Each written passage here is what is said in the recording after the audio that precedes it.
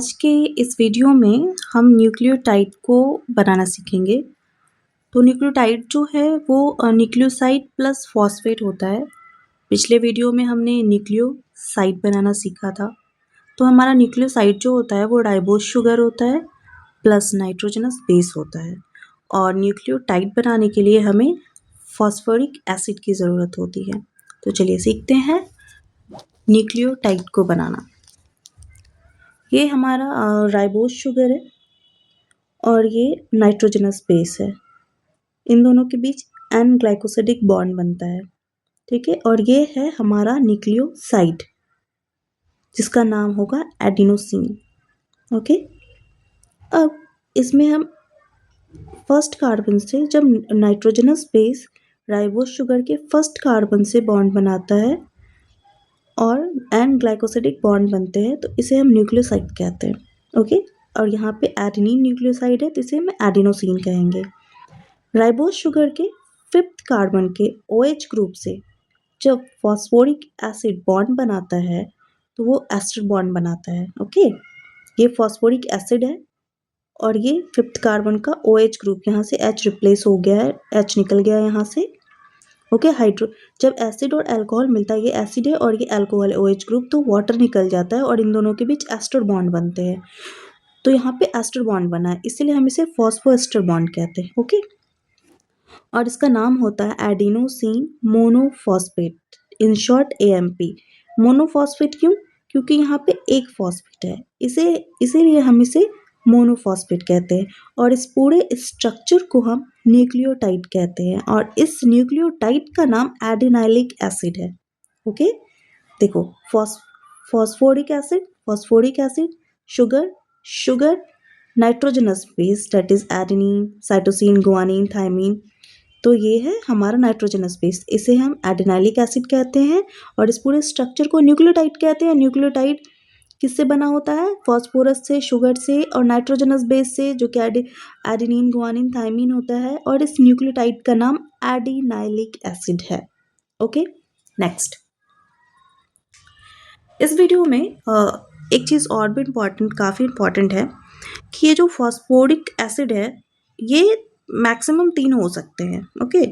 तो एक phosphoric acid को हम मोनोफॉस्फेट कहेंगे, ओके, जिसमें इसमें एक फॉस्फोरिक एसिड है और जो यहाँ पे नाइट्रोजनस बेस है वो एडेनिन है, इसलिए यहाँ पे इसका नाम एडिनोसिन मोनोफॉस्फेट है।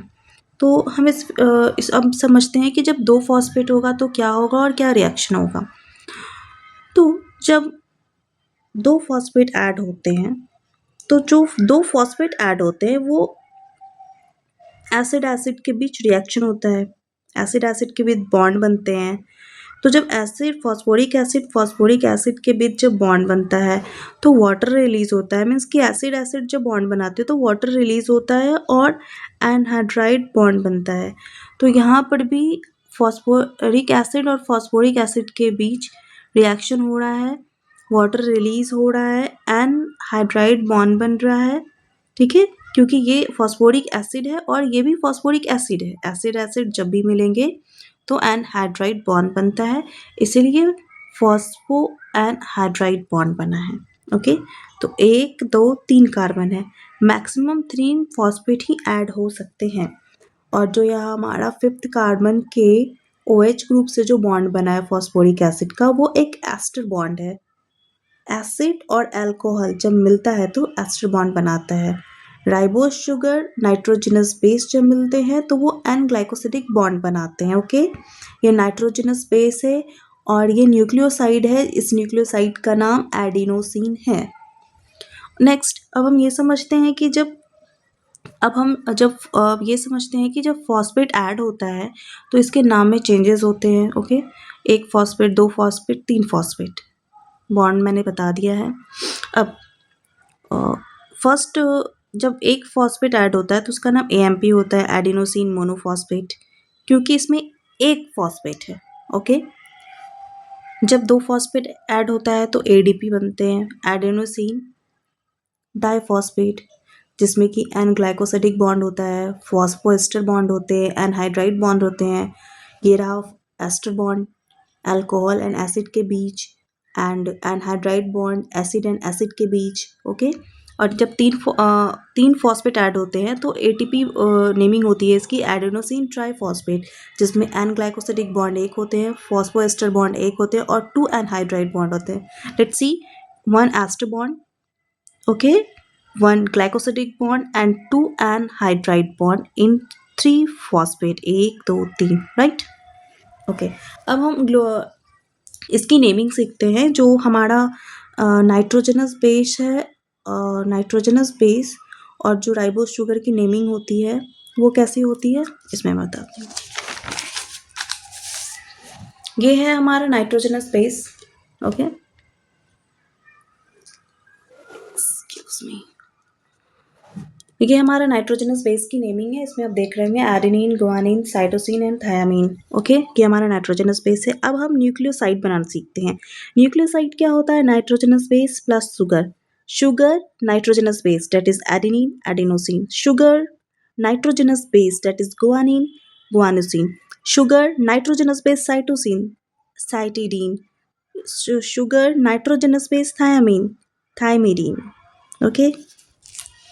इसके नेक्स्ट में एक चीज़ और बहुत काफ़ी इंपॉर्टेंट है वो,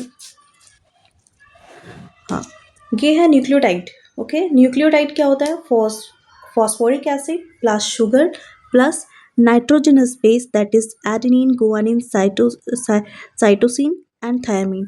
तो जब sugar, phosphoric acid and nitrogenous base जब ऐड होते हैं तो एडिनाइलिक एसिड बनाता है। उस कंप्लीट स्ट्रक्चर को एडिनाइलिक एसिड कहते हैं, ओके। और जो और यहाँ पे गुआनिन है तो गुआनाइलिक एसिड कहेंगे, साइटोसिन है तो साइटिडाइलिक एसिड कहेंगे, थायमीन है तो उसे थायमीन डाइलिक एसिड कहेंगे। अब यहाँ आरएनए की हम न्यूक्लियोसाइड बनाना सीखते हैं और न्यूक्लियोटाइड। आरएनए में थायमीन नहीं होता है, ये रिप्लेस हो जाता है यूरासिल से, ओके। तो ये रहा नाइट्रोजनस बेस की नेमिंग, ये रही।